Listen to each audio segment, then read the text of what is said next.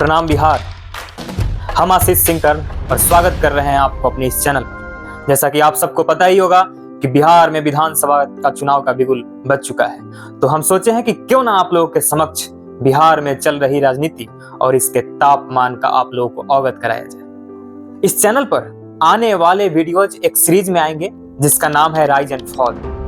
तो चलिए बिना किसी देरी के शुरू करते हैं बिहार राजनीति का राइज एंड फॉल का पहला एपिसोड, जिसमें हम अहम मुद्दे पर चर्चा करेंगे कि कौन कर रहा है जनता पर राज और कौन पहन रहा है सत्ता का ताज। तो चलिए शुरू करते हैं।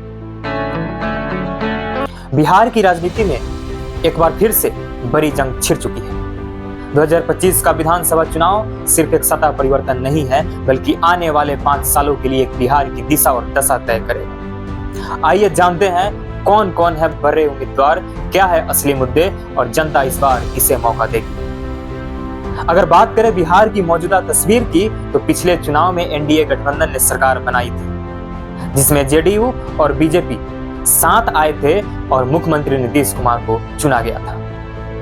लेकिन सवाल यह है कि क्या जनता इस बार भी उन्हें मौका देगी या सत्ता किसी और के हाथ में आएगी। अगर बात करें बड़े चेहरे और पार्टियों का, तो किसका रहेगा बिहार में अब की बार दबदबा।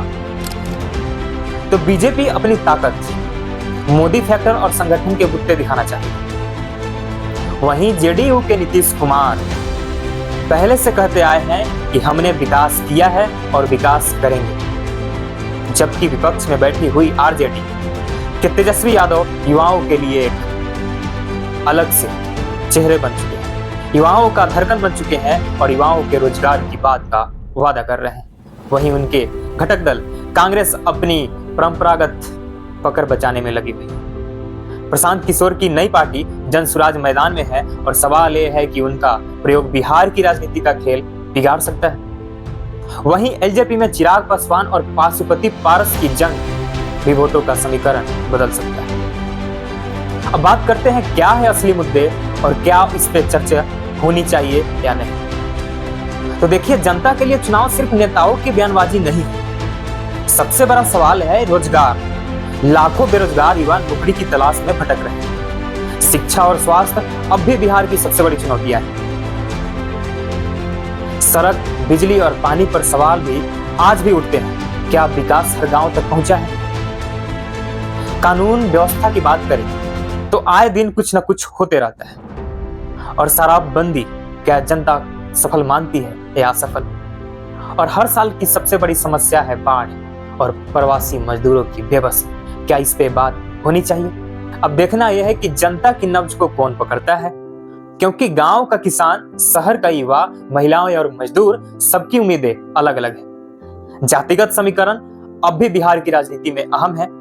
यादव, कुर्मी, दलित, ब्राह्मण और मुसलमान वोट बैंक किस तरफ झुकेंगे, यह सबसे बड़ा सवाल है।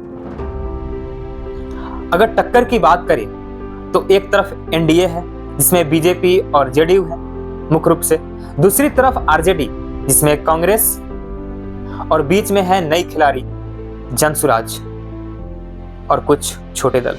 लड़ाई सीधी भी हो सकती है और तिकोनी भी हो सकती है। देखना यह है कि जनता किसे अपना नेता चुनती है। तो दोस्तों, बिहार चुनाव 2025 सिर्फ नेताओं की जंग नहीं है, बल्कि बिहार की किस्मत का फैसला है।